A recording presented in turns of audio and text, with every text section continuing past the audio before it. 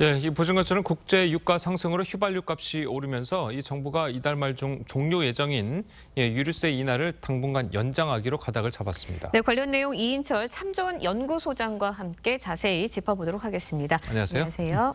자, 국제 휘발유 값이 얼마나 올렸길래 이제 정부가 유류세 이거를 다시 하는 걸로 검토를 하고 있는 겁니까? 이 실리콘밸리 사태가 불과 한 달여 전이거든요. 예. 한 달여 전에 배럴당 국제유가가 한 60달러 선이었어요. 근데 오페크 플러스 네. 선유국 합의체가 다음 달부터 배럴당 16달러, 특히나 이제 감산 조치를 발표했거든요. 예. 특히나 이제 100만 배럴 이상 감산 조치하겠다라고 발표하니까 바로 수직 상승했습니다. 배럴당 80달러까지 올라서 네. 앞서서 화면에서 확인하셨듯이 일주일 만에 리터당 한 30원씩 올랐는데 네. 조금 전 확인해 보니까 오피넷의 유가 정보 사이트를 봤더니 전국 평균 가격이 휘발유 가격이 1,650원 선을 넘어섰고요. 서울은 리터당 1,740원 선을 넘어섰습니다. 예. 이게 지난해 11월 이후 이제 5개월 만에 최고치인데 네. 앞서서 이제 유류세가 현재 한 25% 휘발유의 경우에 깎아주고 있고 경유는 37% 인하해주고 있는데 이게 각각 리터당 200원씩 깎아주는 거예요. 그러니까 이걸 만일 철회하게 되면 서울 기준 네. 리터당 2,000원에 육박합니다. 그러겠네요. 그러니까 이제 정부 고민이 좀 커지는 거죠. 아유. 네, 결국은 이제 글로벌 원유 공급량이 수요를 충족하지 못한다면 유가는 더 오를 가능성이 커지는 건데 유가가 얼마나 더 오를지 또 언제까지 상승세를 이어갈지 여기 궁금하거든요. 오펙 플러스가 감산 조치 발표하자마자 지금 골드만삭스는 예. 브렌트유 기준 올해는 배럴당 95달러. 내년에는 100달러 돌파할 수 있다라고 봤거든요. 예. 왜냐하면 이제 이 116만 배럴이라는 감산도 큰 규모이기도 하지만 여기는 산유국 플러스 비산유국까지 합세를 했어요. 특히나 러시아까지. 자, 그러다 보니까 이 발표 직후에 이제 바로 배럴당 80달러 올라갔는데 그 이상은 안 올라가요. 이 이면에는 뭐가 있느냐? 야, 러시아가 실제로 감산 능력이 있어? 여기에 의문을 제기하고 있습니다. 실제로는 발표한 것보다 절반 이상 이미 감산하지 못할 정도다라고 보고 있는 것 같아요. 특히나 지금 미국은 이제 하반기에 마일드 리세션, 약간의 경기 침체 우려가 있거든요. 자, 그러다 보니까 이 경기 침체 우려로 오히려 국제유가는 좀 떨어질 수도 있다라는 이제 분석이 나오고 있어서 실제로는 이제 이 찬반 양론. 더 오를 것이다. 아니다. 무슨 얘기냐. 경기를 감안하게 되면 내릴 것이다.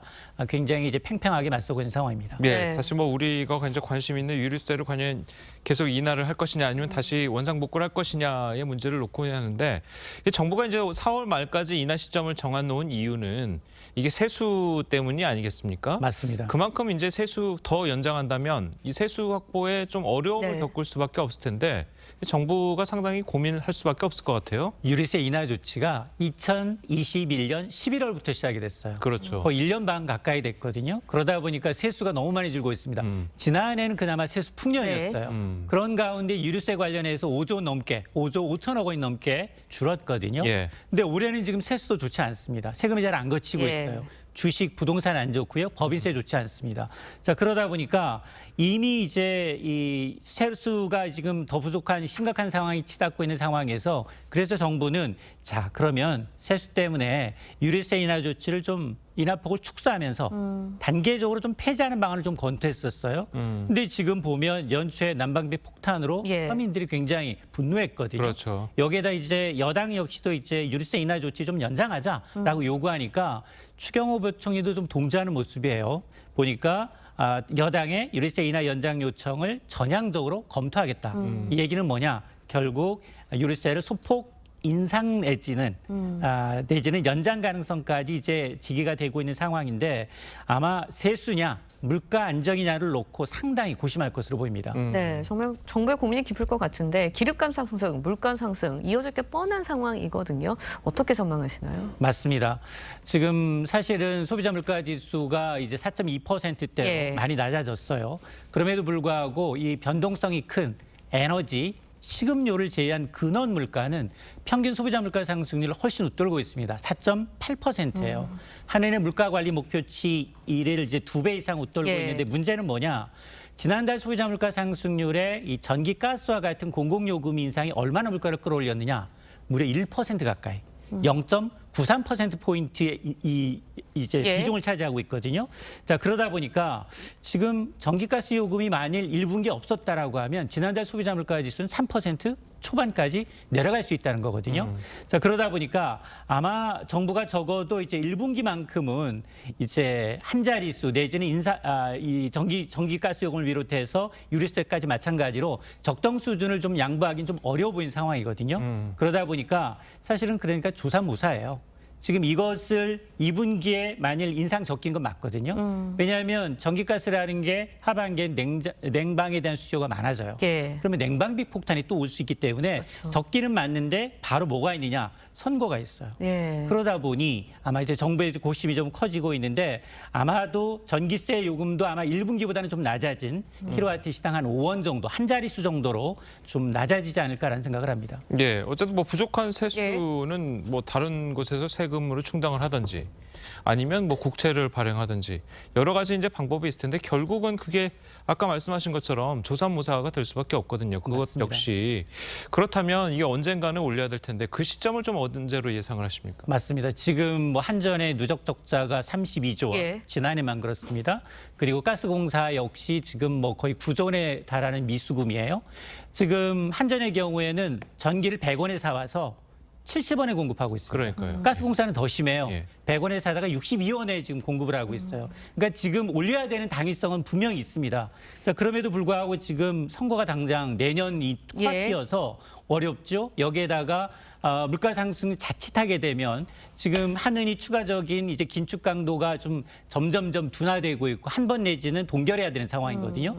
여기서 이제 공공요금이라는 건 올리게 되면 물류비 올라갑니다. 제조비 올라갔죠. 이러다 보니 굉장히 고민이 깊은 거예요. 아마 제 생각으로는 계속해서 조금 미루다가 궁여지책으로 좀씩 오를 것 같아요. 전기요금의 경우에는 지금 한 2026년까지 네. 킬로와트 시당 51.6원을 인상해야만 한전의 적자가 해소가 되는데 1분기는 딱 4분의 1, 13.1원을 인상을 했어요. 근데 2분기도 비슷하게 인상하려고 보니 물가 부담이 큰 거예요. 예. 그러다 보니까 절반 이하로 계속해서 이런 식으로 가다 보면 아마 한전의 경우에는 이제 한전채를 발행하면서 오히려 이제 적자를 좀 메꾸는 그런 아주 상황이 이어질 것으로 보입니다. 네, 앞으로 이제 전기요금, 가스요금 결국은 인상될 수밖에 없을 것 같은데 그렇다 보면은 물가 걱정 이만저만이 아닐 것 같습니다. 서민들이 이제 생활 속에서 기름값을 아낄 수 있는 뭐 실질적인 생활 팁이 있다면 어떤 게 있을까요? 기름 언제 넣으세요? 휘발유는 이제 날씨가 맑은 낮보다는 아침과 저녁이 좋습니다. 서늘할 때 이제 부피가 좀 작아들거든요. 그러니까 많이 넣을 수 있고요. 두 번째 트렁크에 짐 많이 있잖아요. 예. 보통 보면 안 쓰는 짐. 거기 10kg만 빼면 연비가 5% 더 늘어납니다. 여기에다가 이제 기름 보통 넣을 때 보면 바닥 드러날 때 넣거든요. 빨간 불이 들어왔을 때. 네. 그러지 말고 눈금 한 칸 정도 남겼을 때 놓는 게 좋습니다. 바닥이 드러나면 휘발이 남아있는 게 빨리 증발돼 버려요. 그러니까 이제 그런 걸 좀 확인하시고 또 하나가 네. 아마 대부분 신용카드 쓰잖아요. 제휴카드. 이 신용카드가 이제 주유 제휴카드가 있는데 아마 이거는 뭐 혜택이 카드마다 좀 다르기 때문에 이거 좀 꼼꼼히 따져보시고 특히나 이제 타이어 공기압 조절하는 거, 급제동, 급가속 좀 하지 않는 운전 습관도 이제 이 기름값을 아끼는 지혜입니다. 네. 알겠습니다. 자, 오늘 말씀 여기까지 듣겠습니다. 잘 들었습니다. 고맙습니다.